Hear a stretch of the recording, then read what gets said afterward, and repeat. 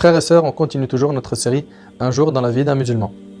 Bien sûr, quand je dis un jour dans la vie d'un musulman, ça comprend la vie d'un musulman et d'une musulmane. On a vu lors de notre dernière intervention ce qu'on pouvait gagner en 1 minute. Je vous rappelle qu'on vient de nous réveiller, on a fait nos ablutions, on a prié subh, on a évoqué Allah tabaraka wa ta'ala. Il ne faut surtout pas oublier d'avoir sa part de lecture du Coran. Le Coran. Sachez mes frères et sœurs que la lecture du Coran fait partie des adorations qui sont très importantes. Des adorations qui sont aimées par Allah tabaraka wa ta'ala. Tu es grandement récompensé quand tu lis le Coran, quand tu l'apprends, quand tu le médites. Et surtout, n'oublie pas que tu dois le mettre en pratique. Notre prophète alayhi salatu wassalam, nous a recommandé à plusieurs reprises de lire le Coran. Lire le Coran apaise le cœur. Lire le Coran procure une tranquillité pour notre âme. Allah tabaraka wa ta'ala a dit Alladhina amanu wa tatma'innu qulubuhum bi dhikrillah ala bi dhikrillah tatma'innu al-qulub. Ceux qui ont cru et dont les cœurs se tranquillisent à l'évocation d'Allah, n'est-ce point par l'évocation d'Allah que se tranquillisent les cœurs? Lire le Coran pousse à la méditation sur ce qu'Allah subhanahu wa ta'ala veut de nous. En comprenant ce qu'Allah subhanahu wa ta'ala veut de nous, automatiquement, ce qui est demandé par la suite, c'est quoi? C'est de le mettre en pratique. Allah tabaraka wa ta'ala a dit dans le Coran, Ba'da a'udhu billahi minash shaitanir rajim, bismillahir rahmanir rahim, Alif lam mim, dhalika al-kitabu la rayba fihi. La rayba fihi. Hudan lil muttaqin. Allah Azza wa Jalla nous dit Alif Lam Mim, c'est le livre au sujet duquel il n'y a aucun doute. Regardez subhanallah comment commence Surat al-Baqarah. La deuxième sourate. Il y a la Fatiha, la sourate numéro 2, le Baqarah. Allah subhanahu wa ta'ala il commence tout de suite par nous dire que ce livre-là, c'est un livre au sujet duquel il n'y a aucun doute. Et c'est un guide pour les pieux. Ce livre qui est le Coran, c'est un guide pour les pieux. Et Allah tabaraka wa ta'ala nous dit Inna hadha al-Qur'an yahdi lillati hiya aqwam.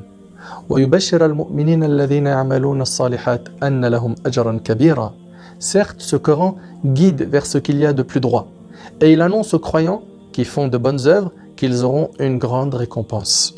Allah tabaraka wa ta'ala nous rappelle également dans le Coran que les meilleures paroles sont celles du Coran. Allah tabaraka wa ta'ala nous dit Allahu nazzala ahsana al-hadith kitaban mutashabiha.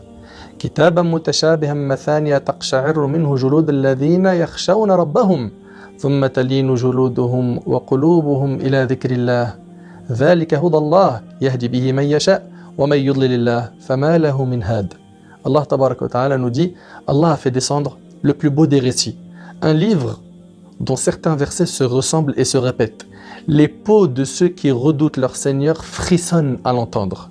Puis leur peau et leur cœur s'apaisent au rappel d'Allah. Voilà le livre, le guide d'Allah, par lequel il guide qui il veut, mais quiconque Allah égare n'a point de guide. Comme vous le savez, le Coran est le plus grand miracle qu'a eu notre prophète sallallahu alayhi wa sallam. C'est le miracle qui durera jusqu'à la fin des temps. Et Allah tabaraka wa ta'ala l'a protégé de toute modification, de toute falsification. Allah tabaraka wa ta'ala a dit Inna nahnu nazzalna dhikr wa inna lahu lahafidhun. En vérité, c'est nous qui avons fait descendre le Coran et c'est nous qui en sommes gardiens. Sachez que ce livre n'est pas comme les autres livres. Il a énormément de mérite. L'imam al-Bukhari rahimallah il rapporte selon Uthman radiyallahu anhu que le prophète sallallahu alayhi wa sallam a dit le meilleur d'entre vous est celui qui a appris le Coran et l'a enseigné aux autres. L'imam al-Bukhari rahimallah rapporte également celui qui lit assidûment le Coran et qui excelle dans sa lecture sera avec les nobles anges messagers qui ne font qu'obéir à leur Seigneur. Celui qui lit péniblement le Coran et en hésitant dans sa lecture aura quand même 2 récompenses. Allahu Akbar. C'est-à-dire que celui qui lit avec une vitesse normale, il a une récompense. Et celui qui lit avec difficulté, il a 2 récompenses. Subhanallah. Une qui est liée à la lecture et une qui est liée à la difficulté qu'il rencontre. Et c'est rapporté par l'imam al-Bukhari et Muslim selon Aïcha radiyallahu anha. Et l'imam al-Nasa'i, rahimallah, Ibn Majah, al-Hakim rapporte avec une chaîne de transmission qui est authentique selon Anas, radiyallahu ta'ala anhu. Anas, ce compagnon du prophète, sallam, il nous rapporte que le prophète, sallallahu alayhi wa sallam, a dit Allah, puissant et majestueux, a des alliés parmi les hommes. Les compagnons demandèrent qui sont-ils, ô envoyé d'Allah? Il répondit, alayhi salatu wa sallam, ce sont les gens du Coran. Ils sont les gens d'Allah et son entourage proche, subhanallah. Et selon Abdullah ibn Umar radiyallahu anhuma, le hadith il est rapporté par Bukhari et Muslim. Le prophète alayhi salatu wa sallam a dit l'envie n'est permise que dans 2 cas. Tu sais, il y a ce qu'on appelle al-hasad al-madhmoum et al-hasad al-mamdouh. l'envie qui est louable et l'envie qui est blâmable. L'envie blâmable, c'est quoi? Tamanni zawal ni'mat al-ghayr. C'est le fait de souhaiter la disparition du bien de ton frère. D'accord?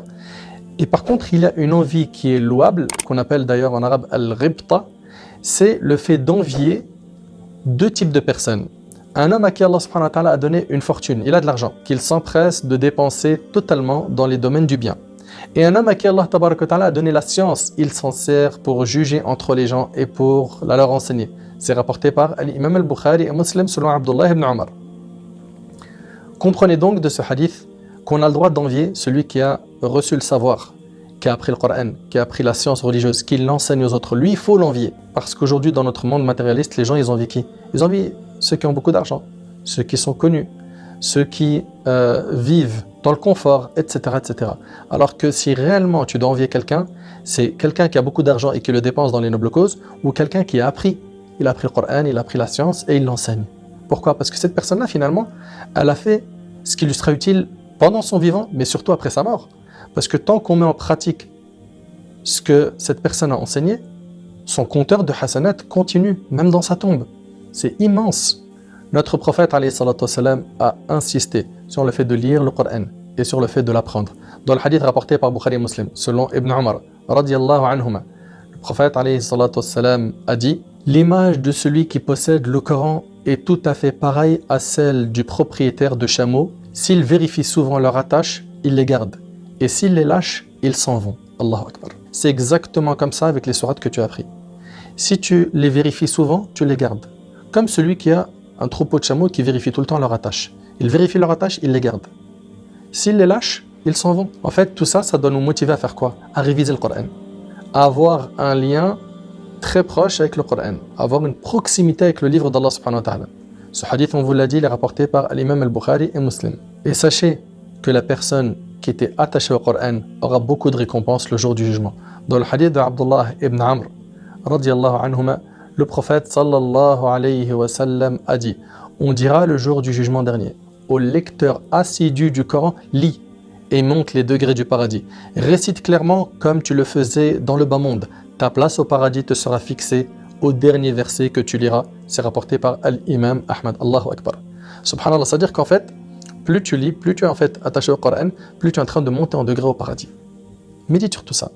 Médite. Qu'est-ce qui nous empêche aujourd'hui d'ouvrir le livre d'Allah? Nous qui avons nos smartphones qu'on ouvre des centaines de fois par jour pour vérifier si on a eu un message, même s'il vibre même pas. Pourquoi est-ce que tu fais pas la même chose avec le livre d'Allah?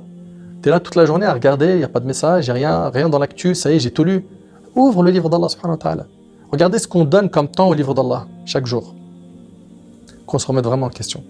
L'imam al-Tabarani rahimahullah, il rapporte dans Al-Mu'jam al-Kabir selon Abdullah ibn Mas'ud radiyallahu anhu. Le prophète alayhi salatu wassalam a dit: le Coran est un intercesseur et un argument véridique. Allahu Akbar.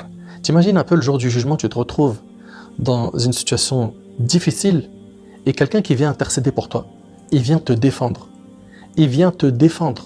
Ce jour qui est dur, qui est celui qui viendra te défendre? C'est le Coran. Un intercesseur, un argument véridique. Celui qui le met devant lui le conduit vers le paradis. Allahu Akbar. Et celui qui le met derrière son dos, il le ramène vers le feu. Qu'Allah nous en préserve. Qu'Allah nous en préserve. Ce hadith il est rapporté par At-Tabarani et Ibn Hibban. Toute personne qui a appris le Coran, on la félicite. On lui rappelle que par cet effort, elle fera porter à ses parents une couronne sur leur tête. Qu'Allah vous préserve, vous qui avez appris le Coran, vous qui cheminez pour apprendre le Coran, vous qui êtes motivés à l'apprendre, et qu'Allah subhanahu wa ta'ala nous donne tous et toutes la motivation d'être toujours étroitement liés au Coran. Dans un autre hadith, le hadith d'Abi Hurayra, radiyallahu anhu, le prophète sallallahu alayhi wa sallam a dit, écoutez attentivement, parmi les actes et les bonnes œuvres qui suivent le croyant après sa mort, il y a une science qu'il aura enseignée et propagée, un enfant pieux qu'il aura laissé après lui, un Coran qu'il aura laissé en héritage, une mosquée qu'il aura édifiée, une maison qu'il aura construite pour le voyageur démuni, une rivière qu'il aura aménagée au profit des autres et une aumône qu'il aura prélevée de ses biens étant encore vivant et en bonne santé. Toutes ces œuvres lui parviendront après sa mort, rapportées par Ibn Majah sur Abu Hurayra radiyallahu anhu. Voyons ensemble les types de personnes dans leur relation avec le Coran. Dans le hadith rapporté par l'imam al-Bukhari selon Abu Musa al-Ash'ari radiyallahu anhu, le prophète sallallahu alayhi wa sallam a dit: l'image du croyant qui lit le Coran est celle de l'orange. Son odeur est suave et sa saveur est suave. L'image du croyant qui ne lit pas le Coran est celle de la date. Elle a un bon goût et ne possède pas d'odeur. L'image du pervers, qu'Allah nous en préserve, qui lit le Coran est celle de la plante aromatique. Son odeur est bonne et son goût est amer. L'image de l'hypocrite qui ne lit pas le Coran est celle de la colonquinte. Elle n'a pas d'odeur et son goût est amer. Ce hadith est rapporté par Bukhari et Muslim. J'ai une question à vous poser. Pourquoi lire le Coran? Quel est l'objectif de la lecture du Coran? L'objectif de la lecture du Coran est d'arriver à comprendre, à méditer les versets d'Allah Tabaraka wa Ta'ala et enfin les mettre en pratique. Mettre en pratique ses obligations, s'écarter de ses interdits. C'est de cette manière-là qu'on fera partie des gens guidés. Guidés par Allah Subhanahu wa Ta'ala, ceux qui auront connu le chemin de la vérité et qui l'auront emprunté. Allah Tabaraka wa Ta'ala nous a parlé de la description des gens qui sont guidés. Allah Tabaraka wa Ta'ala nous dit les concernant الذين يستمعون القول فيتبعون أحسنه أولئك الذين هداهم الله وأولئك هم أولو الألباب qui prêtent l'oreille à la parole puis suivent ce qu'elle contient de meilleur. Voilà en fait l'objectif de ta relation avec le Coran. C'est de lui prêter oreille et de suivre ce qu'il contient de meilleur. Ce sont ceux-là qu'Allah a guidés et ce sont eux les doués d'intelligence. Allah Tabaraka wa Ta'ala fait descendre sur nous ce livre afin qu'on le médite, afin que le médite celui qui le lit, afin que tu le comprennes. Allah Tabaraka wa Ta'ala dit Kitabun anzalnahu ilayka mubarak liyadabbaru ayatih wa liyatadhakkara ulul albab.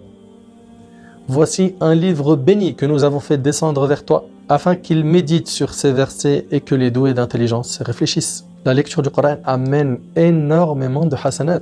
Vous connaissez tous et toutes ce hadith de Abdullah ibn Mas'ud radhiyallahu anhu où le prophète alayhi salatu wasallam a dit celui qui lit une seule lettre du Coran s'inscrit une bonne action et la bonne action a 10 fois son salaire. Subhanallah. C'est-à-dire une lettre du Coran, elle vaut 10 hasanat, 10 bonnes actions.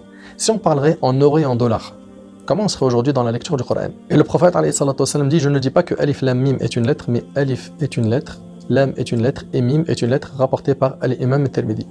Donc mon frère ainsi que toi ma soeur, il te faut un programme avec le Coran. Il faut que tu l'apprennes, il faut que tu le comprennes, il faut que tu le médites. Il faut que tu comprennes surtout que le Coran, c'est ton mode de vie. Mon frère ainsi que toi ma soeur, on a brièvement parlé du Coran. Tu as évoqué Allah subhanahu wa ta'ala jusqu'au lever du soleil, tu as fait du dhikr, tu as lu le Coran. Je te recommande après cela de prier 2 rak'at. 2 rak'at qu'on appelle les 2 rak'at de Duha. Salat al-Duha, est-ce que tu la connais? Non? Bah sois patient.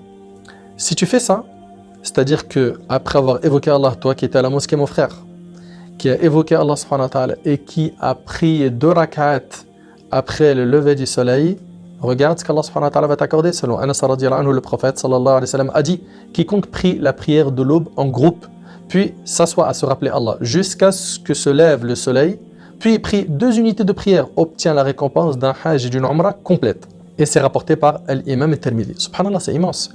La femme pourrait se dire, et moi, est-ce que j'ai la même récompense? Nous espérons que la femme a la même récompense. C'est l'opinion de Cheikh Ibn Baz, rahimahullah, qui dit que la femme a cette récompense en étant chez elle. Donc mon frère ainsi que toi, ma soeur, tu n'oublieras pas de prier ces 2 rak'at quand? Après le lever du soleil. Donc tu es resté du Fajr jusqu'au lever du soleil à évoquer Allah subhanahu wa ta'ala, puis tu as attendu que le temps de Karaha passe, et après cela tu as prié 2 rak'at, tu as la récompense d'un hajj et d'une umrah complète. Un hajj et une umrah complète, qui pourrait passer à côté de cela? Subhanallah, c'est immense. Là tu viens de prier quelle prière? La prière de Ad-Duha.